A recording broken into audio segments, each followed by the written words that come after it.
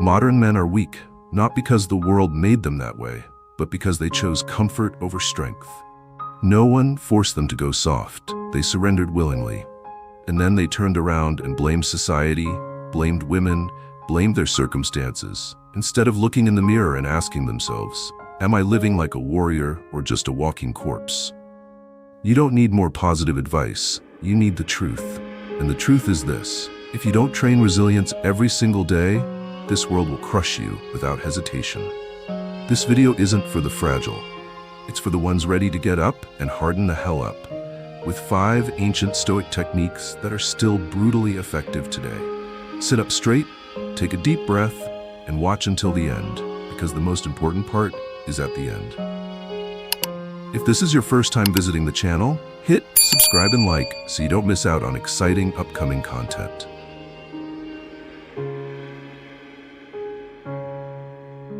You're living too easy. That's why you're weak. Don't lie to yourself. If the first thing you do in the morning is check your phone instead of slapping yourself into motion and getting to work on something hard, you're not strong. If you sit in an air-conditioned office sipping expensive coffee while whining about how exhausting life is, then you're just a grown child wrapped in society's padded blanket. Here's the truth. You don't lack opportunity. You lack friction. No one grows in comfort. All real growth comes from pain, but instead of actively stepping into it, you dodge it. You avoid discomfort like it's a disease. And as a result, you've become a man who can't handle any pressure. A harsh email ruins your sleep. A rejection makes you doubt yourself for a week. A little financial stress convinces you your life is falling apart. All because you've never trained yourself. The Stoics knew this over 2,000 years ago. Marcus Aurelius, a Roman emperor ruling an entire empire, still lived like a soldier. In his private journals, he wrote, "When it's cold, endure the cold. When you're tired, do more. When you crave sleep, get up earlier." He didn't say that to sound poetic. He said it because he knew that if you don't train for suffering daily, when real adversity comes, you'll shatter like clay. Pain isn't the enemy. Pain is the meanest, most effective coach you'll ever have. But here's the problem. You only meet pain when you have no other choice. You only run when you're being chased. You only fast when you can't afford food. You only endure the cold when the power goes out. That's not resilience. That's surrender dressed up in desperation. If you truly want to become strong, you need to create your own pain. No one needs to force you. You must walk into it yourself. Fast for 24 hours. Step into a freezing cold shower and stand there, motionless. Wake up at 4 a.m. when every part of you wants to stay in bed. Walk 10 kilometers instead of catching a ride. Do it. Not to post it online. Not to prove anything to anyone. Do it because you need it. Do it because you know you've gone soft. And if you don't start today, you'll spend your life surviving instead of winning.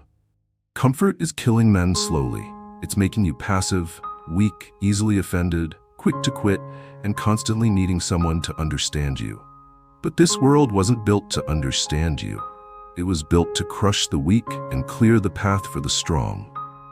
And if you want to be among the few who rise, you need to be harder than stone, colder than steel, and more unwavering than blind faith. Voluntary discomfort isn't a philosophy for people who love to talk. It's for those who dare to live in reality. When you deliberately put yourself through difficulty every day, you rewire your nervous system. You're telling yourself, I'm the one in control, not my emotions, not my impulses, not my fear. And when the world throws you injustice, loss, betrayal, or failure, you'll rise with the calm grin of a man who's already stared into the dark, quietly, with no audience, no applause, and no need for either. Take a hard look at who you are today. Soft, easily shaken, afraid of cold, afraid of hunger, afraid of being alone, afraid of rejection, afraid of pain. If that doesn't humiliate you, you're already numb. Want to change? Don't wait. Tomorrow, do the thing you hate most, and keep doing it every day until you don't hate it anymore, until you're grateful for it, because it rebuilt you.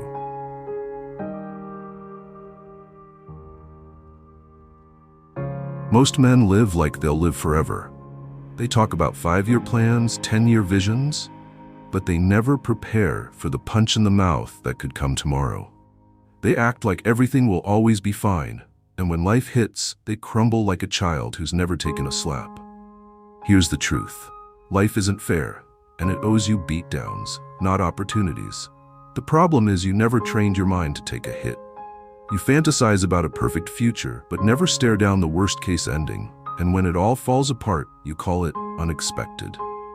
No, it's not unexpected. It's your stupidity. The Stoics don't live on hope. They live on preparation. Seneca once said, "Accustom yourself to the thought of losing everything, and you'll never be crushed by loss." They don't avoid tragedy. They imagine it. Every day.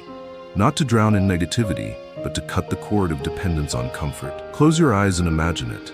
The woman you love most betrays you. The child you trust goes astray. The business you built with blood and sweat collapses after one phone call. A loved one dies, and you don't get to say goodbye. Picture every detail. The pain, the shame, the emptiness. Look your deepest fear in the eye like a warrior stepping into the jungle. No lights, no map, just instinct and the belief, even if this happens, I will survive. Imagining the worst doesn't make you negative, it makes you clear. And clear-headed men are dangerous because they don't flinch at pain. They've already faced it 100 times in their mind, so when it comes, they don't fall apart. They move. What about you?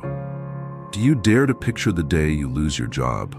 Or are you still clinging to this illusion of stability? Do you let yourself think about the day your parents are gone? Or do you still believe they'll be around forever to answer your Sunday video calls? Do you picture yourself sick, broke, abandoned? Or are you still living in the fairy tale of, it probably won't get that bad? If you're not prepared to lose everything, you don't truly own anything. Real men don't hope life treats them gently. They just hope they're strong enough not to break when it doesn't. Train every day. In the morning, before you do anything, spend 5 minutes imagining the worst that could happen today. Losing a client, arguing with your partner, getting injured, being blamed by family. Don't just skim it, feel it. Go deep into the pain. What would it feel like? How would you respond? Are you ready? Then ask yourself, if that really happens, how will I keep myself from breaking? This isn't superstition. It's steel-forging mental discipline. So when others collapse in chaos, you stay calm and take control, like a warrior who doesn't know how to flinch. Negative visualization isn't negative thinking, it's your survival script. The Stoic man doesn't need life to go his way. He just needs a mind strong enough not to fall apart when it doesn't. What about you? Are you preparing your mind every day, or just praying everything works out? If you're not ready to lose everything, you don't truly possess anything.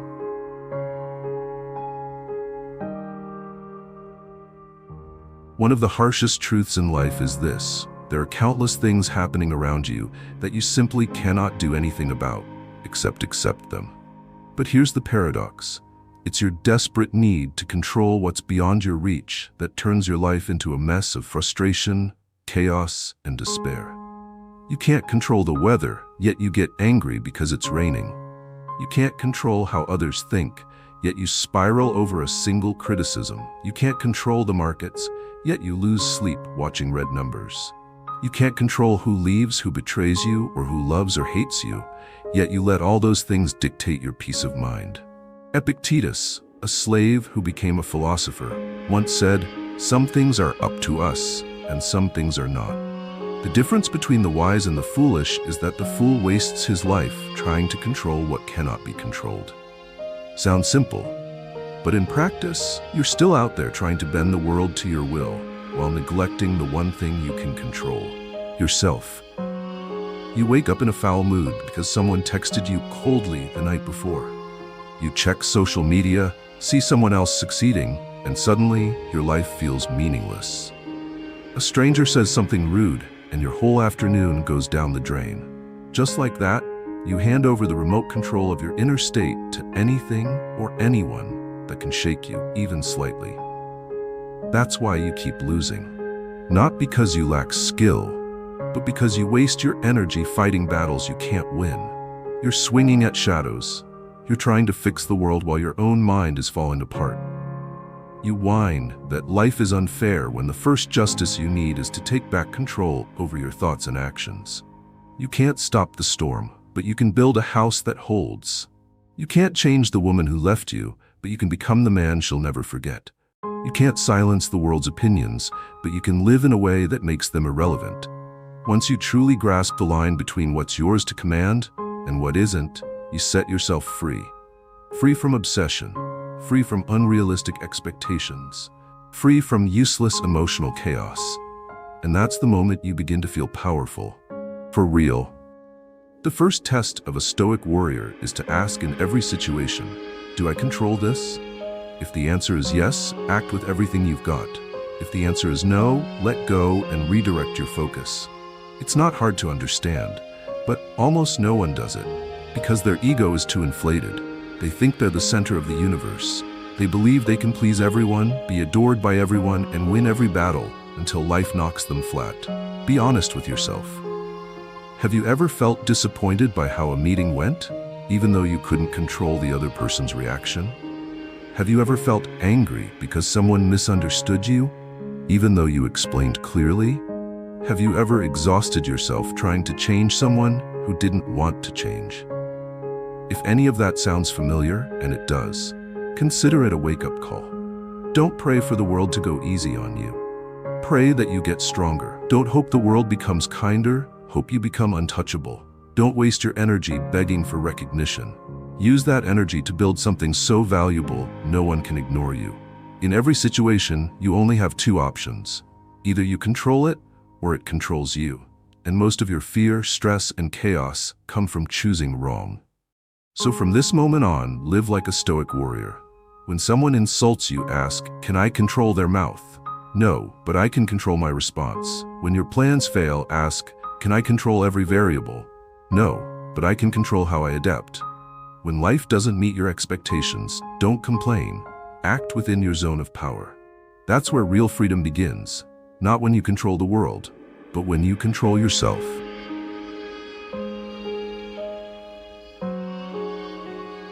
You will die. Not maybe, not someday, but as a fact that draws closer every single second. Every minute you spend scrolling, every hour you delay your transformation, every day you live like you've got all the time in the world to start over. Memento Mori isn't some morbid philosophy. It's the sharpest reminder the Stoics left us. Remember that you will die. They didn't say it to scare people. They carved it into rings, etched it on walls, wrote it in journals, burned it into their minds as a blade hanging above their heads, keeping them from living a life of mediocrity, distraction, and delusion.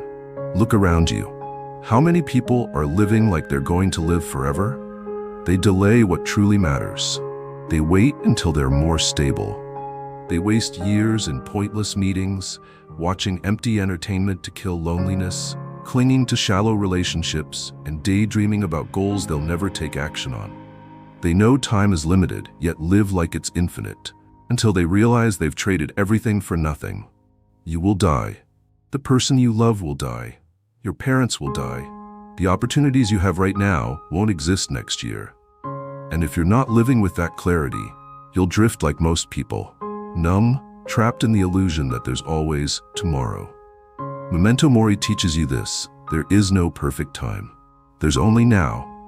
If you hate your job, build your exit plan and start tomorrow. If you're overweight and exhausted, don't wait for after the holidays to fix it. You're not guaranteed to get there. If you love someone, say it. If someone is draining you, walk away. If you're meant to do something greater, stop watching others live and take the first step. It's not death that kills you. It's wasting your life. And here's the twisted part. The people who fear death most are often the ones doing the least with their time. They avoid pain, avoid conflict, avoid risk, avoid change, but they're slowly dying in place, killing themselves one day at a time with complacency. Marcus Aurelius wrote, "Do not act as if you were going to live 10,000 years. Death hangs over you. As long as you live and it is in your power, be good." That's not poetry. That's not inspiration. That's a command. If you're breathing, you've still got a chance. But that chance won't repeat itself. Every time you say, "I'll do it tomorrow," you're betting against death that you'll get another shot. One day, you'll lose that bet. The only question is, will you have left anything behind that mattered? To live is to be ready to die. And to live well is to never let a single day slip by in autopilot. If today were your last, what would you do differently? Then why aren't you doing it now? Are you afraid of being judged? Afraid to fail? Afraid of being rejected? God help you. None of that will matter when you're lying in a box and no longer care what anyone thinks. Memento Mori doesn't make life darker. It makes it sharper. You either live like a walking corpse, or you live like every day is a one-time opportunity. There is no third option. Remember, you are not immortal. And that's not a reason to fear. It's the reason you should quit the job that means nothing. Leave the relationship that's killing you. Write the book you've been carrying inside, and live like the kind of man you would respect. You will die, but you're alive right now. And that's exactly why you don't get to live like you've got nothing to lose.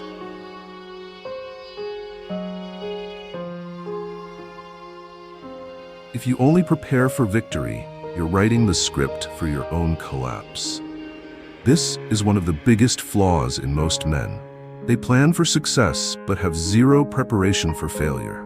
They imagine the business growing, the bank account expanding, the romance thriving, their health glowing, but they're completely blind when life jumps off the rails. And when disaster hits, they fall apart like a building with no foundation. The Stoic philosopher Seneca called this technique PREMEDITATIO MALORUM, to imagine and plan for what could go wrong. Not to live in fear, but to never be caught off guard, never be crushed, never be passive. And most importantly, to never lose mental control. Listen carefully. Nothing makes you weaker than being surprised. Nothing strips you of power faster than an event you didn't see coming. Death, job loss, betrayal, bankruptcy, injury, rejection, these aren't rare. They happen every single day, but you walk around like you're immune, and that's exactly why you're never ready. PREMEDITATIO MALORUM trains you to map out every step, every situation, every variable that could break your plans. You're investing? Ask, what will I do if the market crashes? You're in love? Ask, what if she changes? How will I respond? You're building your career. Ask, what if my partner betrays me or clients walk away? What's my fallback? If you don't have a plan B, all you have is a fantasy. Every major goal must come with a detailed list of everything that could ruin it, and exactly how you'll respond to each one. That's not pessimism. That's strategic awareness. Smart men don't live by hope. They live by preparation. I've seen too many men go all in on one dream, only to completely collapse when it fails. Not because the failure was too big, but because they had no system in place to absorb the hit. They'd never even considered the possibility of failure. So when it happened, it didn't just take their money, love, or status, it took their spirit. They became shells of themselves, full of regret, self-pity, and doubt. But the men who practice PREMEDITATIO MALORUM aren't shocked when the storm comes. They expected it, they trained for it. They've got 3 backup plans, an emergency fund, a network they can lean on, and a mind that's been vaccinated against every brutal outcome. When bad things happen, they don't react, they activate. That's the difference between panic and power. One flails around, lost, the other flips to the next page of the plan. You can start using this technique today. Pick up a pen and write down what you're building, then list 3 to 5 worst-case scenarios that could destroy it. Don't avoid the painful stuff. Be brutally honest. Then ask, if this happens, what will I do? Write it out. Read it back. Then ask yourself, if this happened tomorrow, would I panic? If the answer is yes, you're not ready. Add more backup plans, add more resources, add more people to your inner circle who will stand with you when the pressure hits. When you can look at your worst-case scenario with a cold stare and a half smile, you've reached a level of control most men will never touch. The dreamers always break when reality slaps them in the face. But Stoics? They dream with a blueprint. They don't just picture the peak, they prepare for the fall. This world isn't built for the fragile. It's built for those who understand that failure is part of the path, and plan for it as if it's inevitable. If you're not preparing for what could go wrong, you're preparing to be destroyed. Don't let one disaster wreck your whole life. Plan for failure, and you'll never truly fail.